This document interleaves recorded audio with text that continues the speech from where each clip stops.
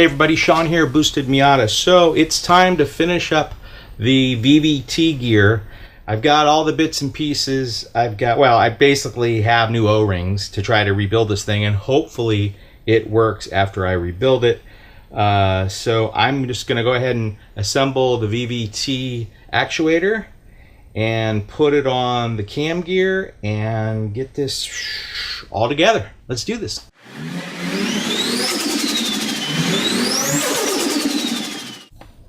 So what I have here is, this is the intake cam gear.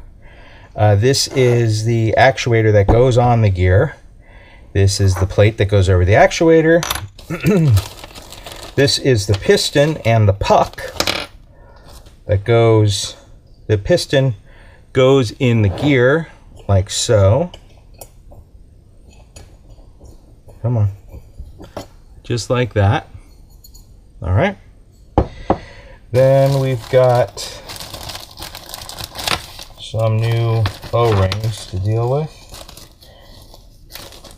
Okay, these are the large O-rings that go in here. That one's done. All right. So when you're assembling the actuator, you got to make sure that it has all these apex seals. You got 1, 2, 3, 4, 5, 6, 7, 8. Are all in place, and these are, I never took them out. I don't advise, I think I mentioned this before, I don't advise you taking these apex seals out. There's really no reason to, unless you're missing one or something's funny. You're gonna have to reassemble it. There's a little spring in there. It's not a big deal, but it's enough of a deal where things can get lost, and that's a problem, I think, for some people, if you don't like losing things. What am I saying? I'm really tired. If you look at the back of this actuator, you've got a socket for the piston. All right, so the actuator goes on there like that, and the piston will be holding this actuator in place. All right, just like that. And oil pressure will drive that piston down so it can advance. All right, then the puck needs to go in. The puck goes right in there, and just make sure it rides freely in that little well. And then you have the O-ring that goes on the outside of the actuator for the cover.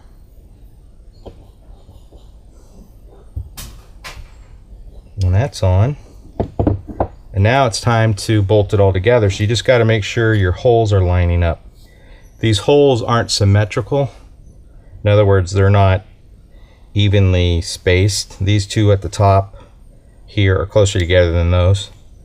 So you just want to make sure you get it set up in the right spot. I mean, it's only going to go on one way.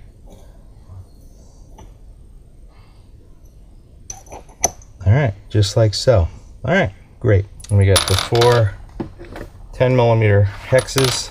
Now these have an O-ring on them as well, but I looked at these O-rings and right here, and they seem okay.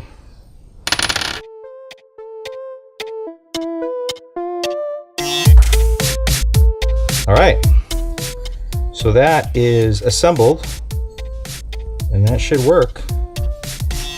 Fingers crossed. So now I want to assemble the valve. Schnumber-dee-doo-doo-dee. Oh yeah, okay.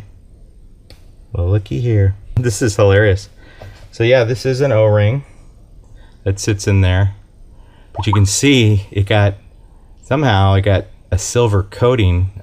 Probably somebody put some kind of silver sealant on there, and it looked invisible to me. So this gets a new O-ring. We're reusing this gasket here, which goes just like that. Goes like that. But what I think I'm going to do is reassemble the oil control valve. It just pops in here like so. Boom, in. I tested it, it works. This looks like the right screw. Okay, gasket's on. Housing goes in.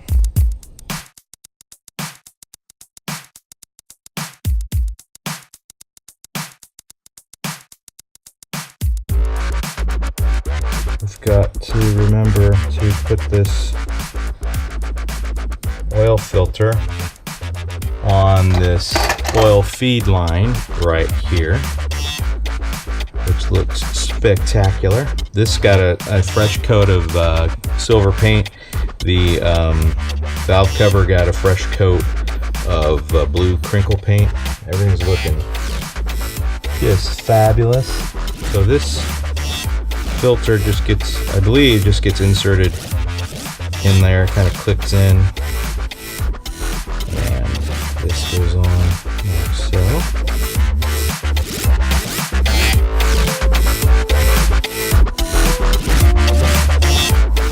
Okay, so valve cover should be good to go.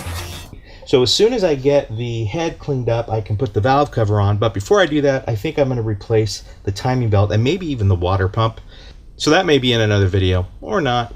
But VVT is done. And if you like this video, why don't you hit like? And if you have any questions or comments or criticisms, why don't you leave it down below? I'm happy to read those. I'd be thrilled to get some feedback from y'all. In the meantime, guys, thanks again for watching. I really, really appreciate you checking out my videos. I'll talk to you guys later. Bye-bye.